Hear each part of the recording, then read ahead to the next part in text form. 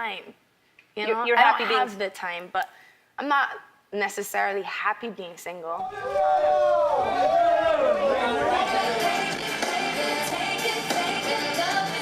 Rihanna isn't just a singer, she's a mogul, a billionaire, a cultural phenomenon who went from island girl to global icon and made a fortune doing it. She doesn't just top the charts, she dominates fashion, beauty, and business with the same swagger she brought to Umbrella. But how did she go from pop princess to self-made billionaire? Let's break down Rihanna's money machine, because these numbers are next level. Born Robin Rihanna Fenty in Barbados, she was discovered by music legend Jay-Z at just 16. Her first single, Ponder Replay, hit hard, but it was only the beginning. Fast forward a few years, and Rihanna wasn't just releasing hits. She was redefining pop music. Her voice, her edge, her image, it all sold like wildfire. And the paychecks? Massive. Let's start with the music. Rihanna's voice doesn't just top charts, it moves money, serious money.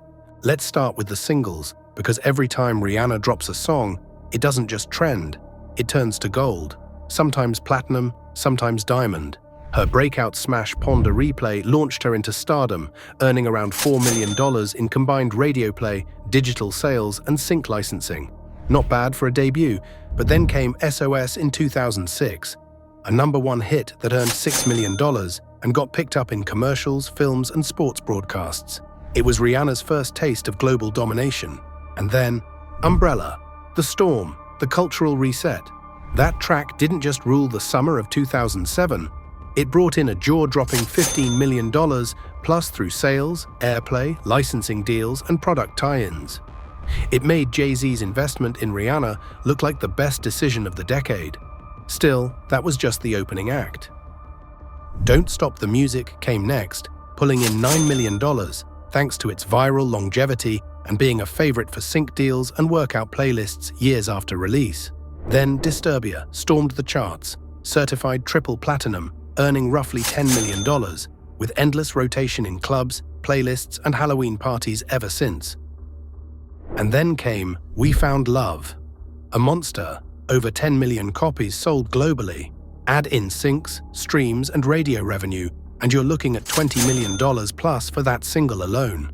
But if you thought that was peak Rihanna, Diamonds hit differently. It raked in $18 million, becoming one of her most emotionally powerful and best-selling songs. It was her 12th #1 single, tying her with Madonna. And we're just warming up. Rude Boy, $7 million. What's My Name? $9 million. Work, Feet, Drake, $12 million. Only Girl in the World, $10 million. Love on the Brain, $6 million. Where Have You Been? $8 million. Stay, Feat, Mickey Echo, $11 million. Just those singles? That's over $145 million in revenue, and we're not even counting the deeper cuts or remix royalties. But Riri didn't stop with hits. Her albums were events. Take Good Girl Gone Bad. That thing moved 9 million units and earned around $25 million, especially once the reloaded edition dropped and extended its shelf life by years. Rated R, Talk That Talk, and Loud brought in an estimated $15 to $20 million each, keeping the momentum and the money flowing. Each album rollout was tightly paired with world tours, exclusive merchandise, and brand deals. And then came Anti, a curveball. Rihanna took control of her art and her business. Samsung reportedly paid $25 million to sponsor the launch. With over 11 million equivalent album units sold and viral singles like Needed Me and Work, the ANTI era alone brought in over 40 million plus in total revenue. So where does that leave us? All told, Rihanna's music catalog has pulled in over $300 million. And that's before counting long-term royalties and licensing deals still generating passive income today. Still think Rihanna's money is all about the music? Let's talk about her live performances. Her first headlining run, the Good Girl Gone Bad tour in 2007 to 8, was a warm-up, but still brought in a respectable $15 million in gross revenue, earning Rihanna around $5 million after expenses. Not bad for a first-time headliner. Then came the Last Girl on Earth tour in 2010. Bigger stages, bigger venues, bigger checks. That tour grossed over $40 million, with Rihanna taking home an estimated $12 million. But it was the Loud Tour in 2011 that really turned up the heat. Sold out arenas across North America, Europe, and South America.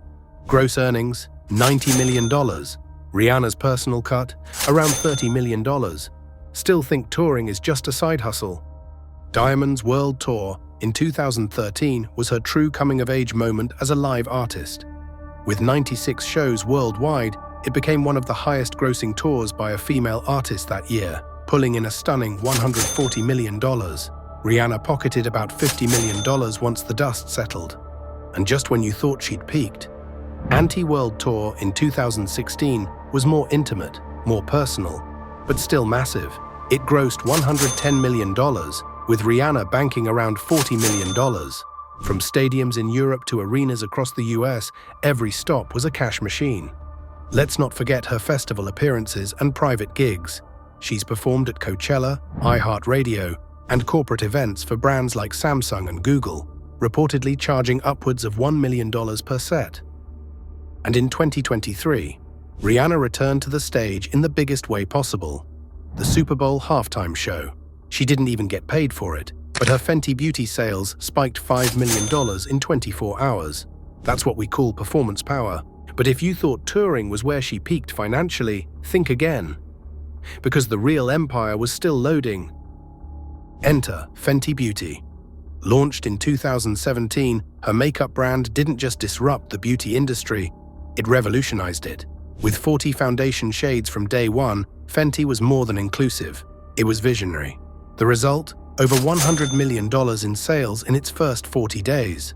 Since then, Fenty Beauty has become a global juggernaut, valued at over $2.8 billion. Rihanna owns about 50%, putting $1.4 billion on her side of the ledger. Let that sink in. A billion-dollar brand, built from her name, her vision, and her fearlessness. And she didn't stop there. Savage x Fenty, her inclusive lingerie line, launched in 2018 and quickly exploded. With a valuation north of $300 million and Rihanna owning around 30%, that's another $90 million to her name. Between Fenty Beauty and Savage x Fenty, Rihanna didn't just enter the fashion and beauty world, she conquered it. Let's not forget her brand partnerships and endorsement deals. Puma, Dior, MAC, Samsung, and more, each bringing in millions. And when Rihanna does say yes to a brand, it's never small. In 2014, she signed a $25 million deal with Samsung to promote her music and brand. One-off endorsements and collaborations are estimated to have earned her another $40 million plus. And her real estate portfolio? It's elite. She owns multiple mansions in Beverly Hills, luxury condos in New York and LA, and a beachfront property in Barbados. Let's start in Los Angeles. Rihanna has owned multiple properties in the Hollywood Hills, including a $6.8 million Mediterranean-style mansion she later flipped for profit. Another $13.8 million Beverly Hills estate, complete with marble bathrooms, a fire pit lounge, and private pool, sits right in the heart of celebrity territory. She's also known for picking up investment properties. In 2022, she purchased a neighboring home for $10 million, effectively creating her own compound. Power move. But it doesn't stop there. In New York, Rihanna once rented a Soho penthouse for a jaw-dropping $50,000 a month, while maintaining a multi-million-dollar condo in Century City, LA. And of course, there's Barbados, where she owns a beachfront villa in Sandy Lane, valued at over $22 million. Altogether, Rihanna's real estate portfolio is worth over $45 million, and growing. So what's the total? Between her music, touring, Fenty empire, brand deals, and real estate, Rihanna's fortune is estimated at over $1.7 billion. Not bad for a girl from Barbados who once sold clothes on the street with her mom. What do you think was Rihanna's smartest money move? Was it launching Fenty, flipping the music industry on its head, or building a brand that made the whole world pay attention? Drop your thoughts in the comments below, and if you're loving these deep dives into celebrity empires, make sure to like, subscribe, and hit that bell so you never miss a fortune breakdown. Because next time, we're taking on someone even richer.